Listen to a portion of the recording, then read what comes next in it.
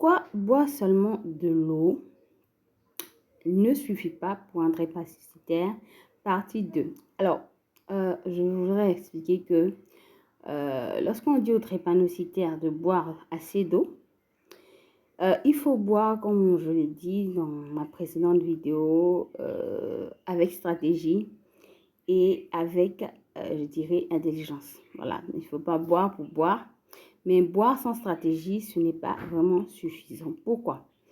Premièrement, d'accord, premier point, c'est que le corps du drépanocytaire perd plus d'eau que les personnes en bonne santé.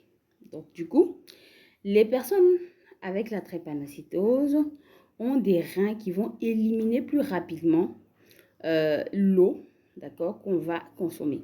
Donc, au résultat, vous pouvez être déshydraté simplement, même si vous avez bu assez d'eau. Le deuxième point, c'est que ce n'est pas juste, comment dirais-je, combien tu bois, c'est-à-dire quoi, le nombre de litres que tu vas boire, qui va faire que tu es hydraté. Alors, il faut boire 1 litre d'un coup, 2 litres d'un coup le matin. Oui, je me lève, je prends une bouteille de 1,5 litre, je consomme tout le contenu. Ce n'est pas ce qui est recommandé et ça va servir à rien, ça ne va pas vous hydrater. Votre corps n'absorbe pas bien l'eau en surcharge. D'accord? Il faut boire l'eau par petites gorgées tout au long de la journée. Donc, je dirais toutes les 2 heures, voilà, tout au long de la journée. Si vous vous réveillez à 6 heures, voilà, à 6 heures, vous prenez votre eau citronnée. Et après, vous prenez toutes les 2 heures un verre d'eau, un verre à 2 verres d'eau toute la journée pour vous hydrater.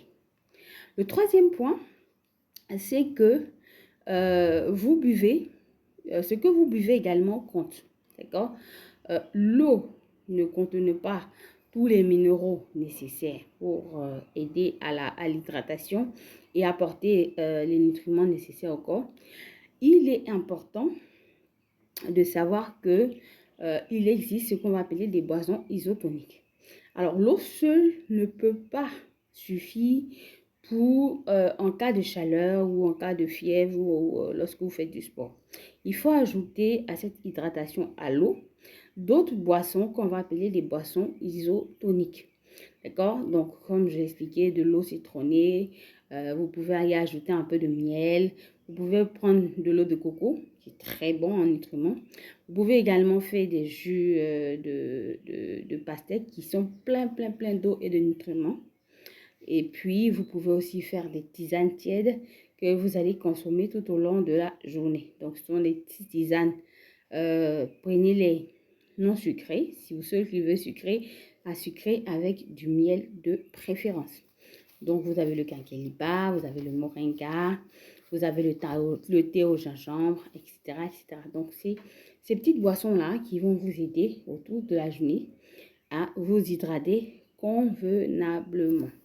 Alors, le quatrième point, c'est que lorsque vous êtes malade, lorsque le drépanocytaire est malade ou en crise, les besoins vont exploser parce que le corps est en train non seulement de batailler pour résoudre le problème, d'accord, de la crise, si elle est due à une infection ou une autre pathologie, d'accord, une autre agression. Donc, le corps est en train de travailler à son maximum. Donc, il y a une charge de travail supplémentaire avec la crise. Alors, les fièvres, les douleurs et tout ça, les besoins vont demander beaucoup d'eau, d'accord, pour l'élimination, parce qu'on va avaler des comprimés, on va également se prendre des médicaments intraveineux, etc., etc. Donc, le corps aura besoin encore de plus d'eau pour protéger les reins et le sang, d'accord? Donc, en résumé, il faut boire, oui, buvez de l'eau. Si vous avez la possibilité de prendre des eaux spéciales minérales pour ceux qui ont les moyens, mais pour ceux qui n'ont pas les moyens, complétez toujours votre hydratation à l'eau avec des boissons isotoniques. Alors, si vous voulez apprendre encore un peu plus sur l'hydratation, je vous invite jeudi après-demain à mon webinaire qui est gratuit, d'accord, sur les 5 secrets pour éviter les crises de drépanocytose sans médicaments.